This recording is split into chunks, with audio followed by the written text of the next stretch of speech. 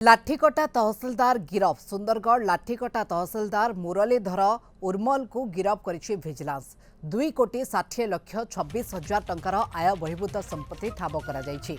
गतकाली तहसिलदार गाड़ी मिलिथिला 5 लाख टंका। तहसिलदार गतकाली कार जोगे तहसिल कार्यालय निजर सरकारी बासभवन फेरुवा बेले कार थिला नगद 5 लाख टंका। खबर पाई अधा बाटरे माड़ी बसिथिला विजिलेंस। तीनोटी टीम एककालीन लाठीकटा तहसिल कार्यालय बाबूंकर सरकारी बासभवन सहित पैतृक घर सुंदरगढ़ करमडीही रेड करथिला। चढ़ाऊ बेले 73 लाख टंकार कोठा 6टी प्लट जार मूल्य प्रायतः 22,90,000 टंका ठाब होईछि। विभिन्न बैंक रे 75 लाख 31,000 टंकार फिक्स डिपोजिट रही 9,68,000 टंकार कार 55 लाख टंकार सुना अलंकार जबत करा जायछि।